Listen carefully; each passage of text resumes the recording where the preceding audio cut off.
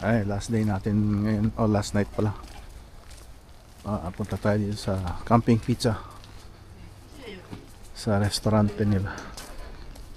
Dito tayo kain ng paella. Dito tayo.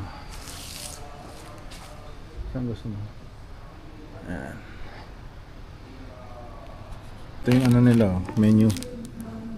Seafood paella. Tapos yung karne, ano na ito? Asado, grilled chicken, grilled beef, chop.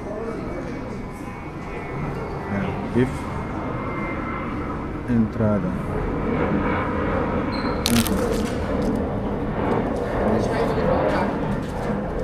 Grilled beef.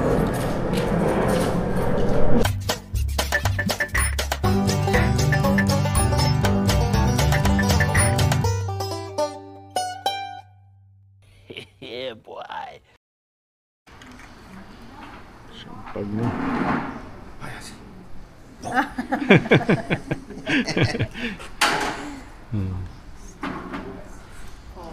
Ooh, whoa. Great. Yeah. Okay. Pressure. Okay.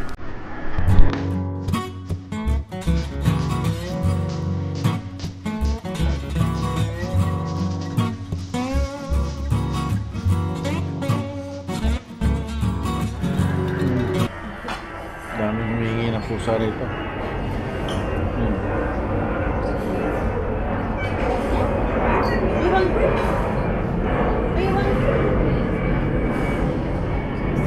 Ito yung kinuha natin. Kaway sa champagne.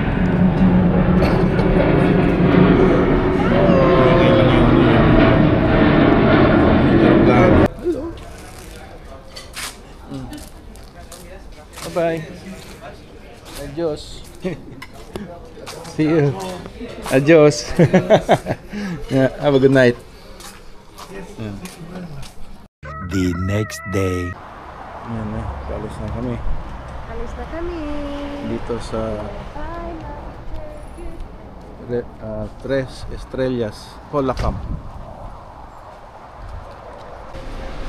Dito tayo din na po. Bye-bye. Bye-bye.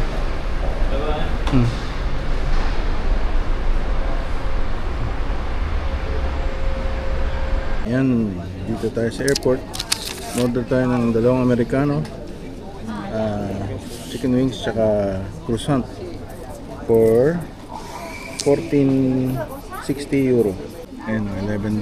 So 11.50 euro. The last paella. Single paella. Dito yung arrival. Dito tayo sa departure sa Barcelona Airport, Terminal 1. Ayan o, walang escalator nila, walang stairs, flat. Ito merong Starbucks. Ito yung banyo nila, lababos, tawag, toilets. Alas, may McDonald's dun. Pizza, dito sa pagpasok mo ng security. Dito sa Barcelona, Terminal 1. Anong mas nagustuhan mo sa Barcelona? Anong pinaka-highlight mo sa Barcelona? Walang tax. Walang tax. Anong place ang gusto mo po? Hindi mo makalimutan.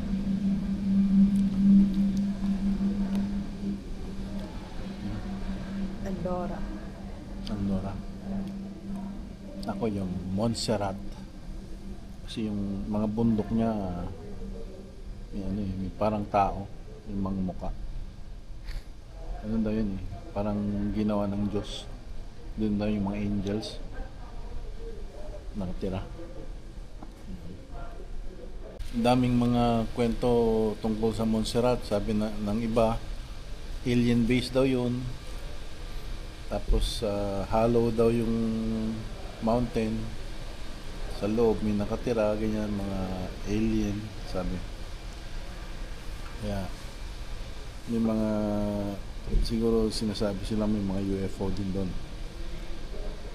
2,000 years later. Dito merong sa atin dito ngayon yung rice bowl.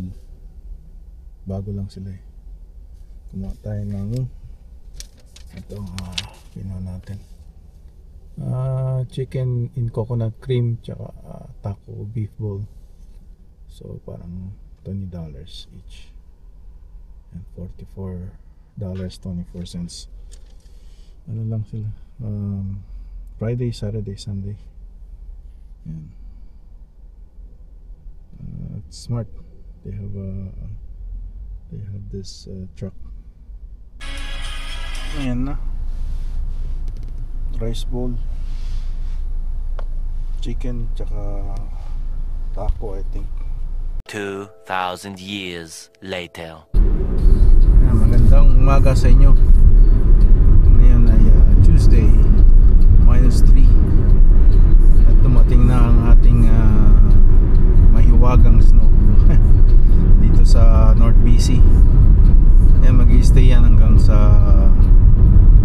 bago mag-spring, after mga March, April. Yan. Minsan pagka may, I guess pagka nag plus more than +7, then matutunaw yan. Pero for now it's gonna stay. And punta tayo ng change oil dito sa Honda CR-V 2005. Ano to nilagyan ko ng oil dahil pinagamit dun sa anak ni Esme.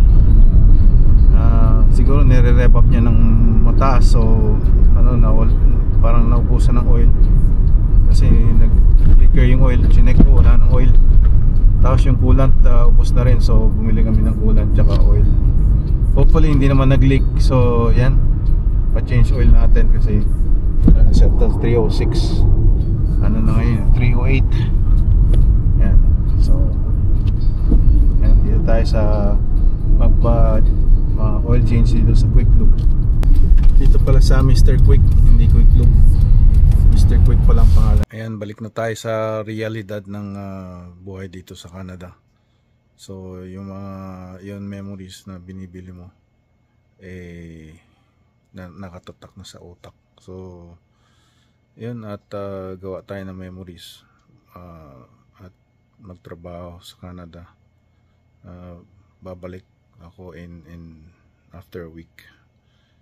So yan, don't forget to like and subscribe and hit the notification bell para updated kayo sa ating mga videos, ating mga travel tips and mga foodies.